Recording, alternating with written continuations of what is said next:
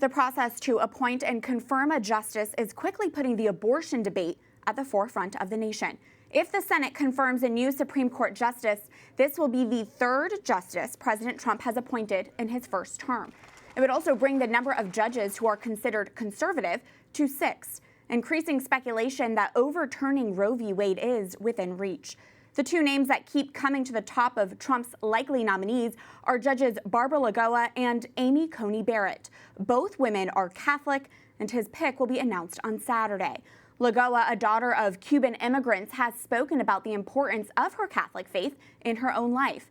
And Coney Barrett, a Catholic wife and mother of 7, first rose to prominence during her confirmation hearing in 2017, when Senator Feinstein questioned her on her Catholic faith. When you read your speeches, the conclusion one draws is that the dogma lives loudly within you. And that's of concern when you come to big issues that large numbers of people have fought for years in this country. Joining us now via Skype is Helen Alvare, a professor of law at Antonin Scalia Law School at George Mason University. She is also a member of the Holy See's Dicastery for Laity, Family, and Life, and cooperates with the permanent observer mission of the Holy See to the United Nations as a speaker and delegate to various UN conferences concerning women and the family. Helen, it's an honor to welcome you. First, as both a Catholic and a legal expert, what do you think the late Justice Ginsburg's Supreme Court legacy will be? You know, it's such a mixed legacy of ensuring that women were taken to be equal in so many fields with men.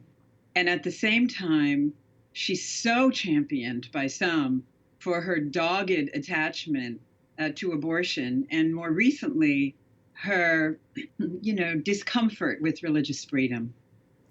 The national conversation is quickly turning to Roe v. Wade and the possibility that having a 6th conservative justice on the bench means we are closer to overturning it. Can you speak, Helen, to why Roe's judicial reasoning is problematic? And can you clarify, where did Justice Ginsburg stand on Roe? So, try not to be too legally annoying here. Roe versus Wade is built on a phrase in the 14th Amendment to the Constitution about the right to due process. It's supposed to protect rights that, even if they're not mentioned in the Constitution, are just assumed to be so much a part of the history and fabric of the United States that we wouldn't be free without them. Roe versus Wade and Casey take a country where abortion was completely illegal in every state and territory, with the exception of very few cases, and call abortion a fundamental constitutional 14th Amendment right. It's clearly ridiculous. It's the opposite of the correct holding. So when people talk about conservative justices, they mean justices who will actually read the Constitution as it is intended. Justice Ginsburg felt that the right to abortion should have been located not in the due process, but the equal protection part of the 14th Amendment, because without abortion, she thought, women could not be equal. Do we know where Ginsburg stood on Roe? She was, the word a fan, the words dogged protector don't even begin to describe her attachment to abortion.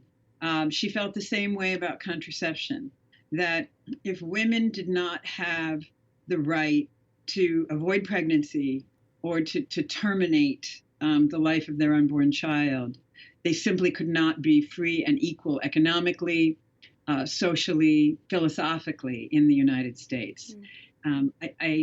It's just such a great sadness for so many of us that her brilliant cases establishing women's equality were not matched by either the same faithfulness to the Constitution in the abortion area, or any understanding at all of where women actually stand and how abortion actually affects them.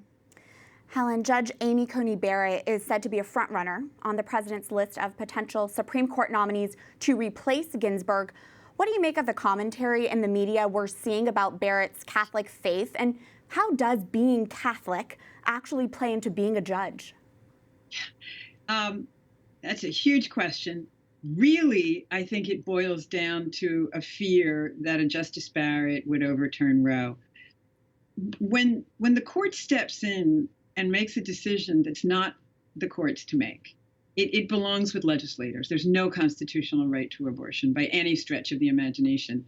It ignites a huge fight, and of course has turned all later confirmation battles into, a referendum in the Senate over abortion.